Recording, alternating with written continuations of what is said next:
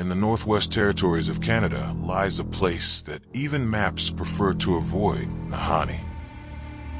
Known by the indigenous people as the Valley of the Headless Men. These lands have been collecting bodies for over a century, but in the final months of 2025, a data leak from the dark corners of the web proved that the horror here isn't a predator. It's a mechanism. When the headless torsos of the McLeod brothers were found in 1908, the world called it a tragedy. But when the 2025 LiDAR leak superimposed the coordinates of 44 victims found over the last 100 years, what emerged wasn't tragedy. It was a perfect fractal pattern. Nature makes mistakes, but on this map, the margin of error is 0. The leak began with a LiDAR scan conducted by an independent research team in a region marked as Sector 7.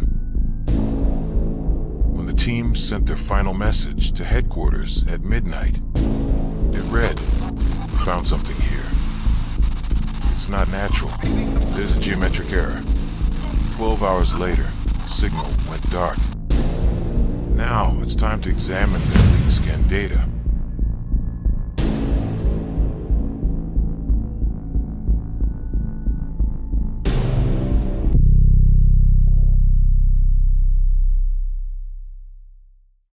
LiDAR technology is more than just distance measurement. It is a digital scalpel that peels back the shroud of nature.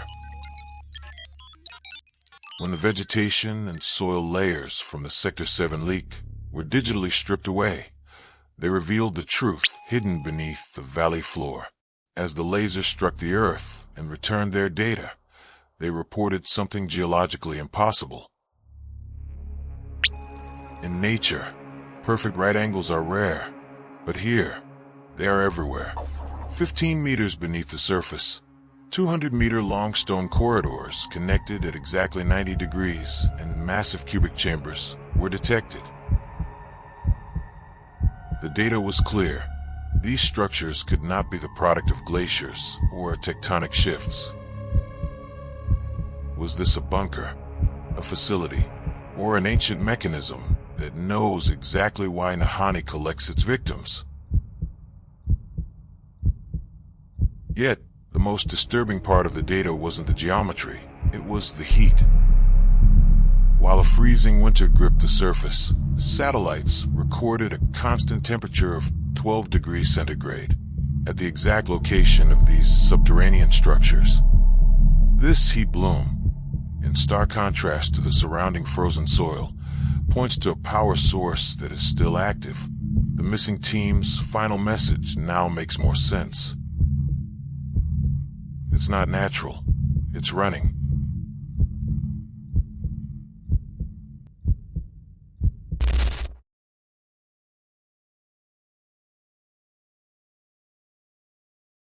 Nahanni's forensic record goes back much further than popular culture suggests.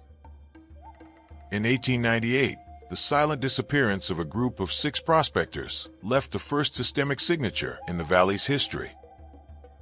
When they were discovered years later, they were found as skeletons still clutching their rifles. They had expected a threat, but were unable to fire a single shot. Most terrifyingly, their skulls were not missing. They were found placed neatly and symmetrically at the feet of each skeleton, as if they had been filed by an external force. The police blamed wild animals.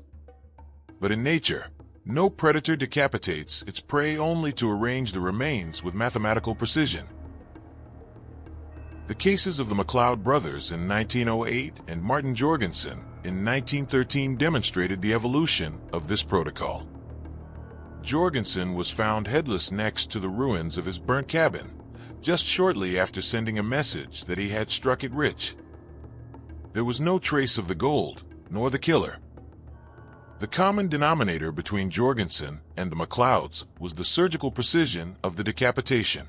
Forensic data suggests the separation was not caused by a blade, but by a microsecond heat shock or molecular dissolution.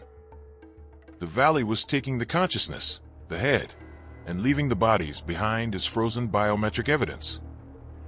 The sheer distance and time gap between these three cases prove that Nahanni possesses an autonomous security perimeter.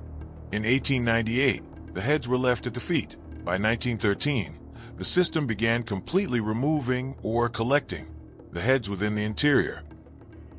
What the Dean people call the Nahanni, the invisible executioner, might actually be the surface-level security interface of the subterranean structures we identified on LiDAR. If this were mere wildlife tragedy, why were only the heads targeted? And why was Jorgensen's cabin burned to the ground, as if disposing of a foreign object?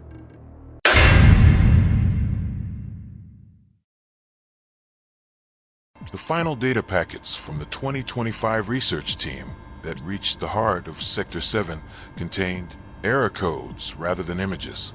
In the team's last audio transmission, beneath the howling wind, a rhythmic, metallic pulse can be heard.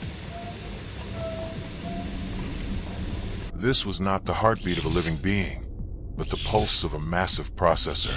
Their final message became the only evidence for our diagnosis.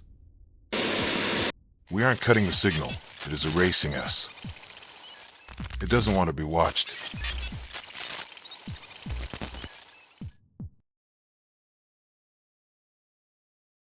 Nahanni is not a valley, a park, or a bunker.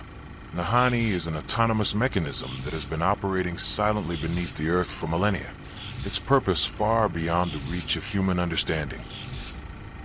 Perhaps this valley is a motherboard processing the Earth's own data, and the victims are merely parts of a cleansing protocol required for the system to function. Do not look for a killer or a ghost here. There's only an autonomous horror that was here long before us and will remain long after we are gone. By watching this leak, you have been integrated into the Sector 7 data network. The system reacts the moment it senses it is being observed. The signal ends here.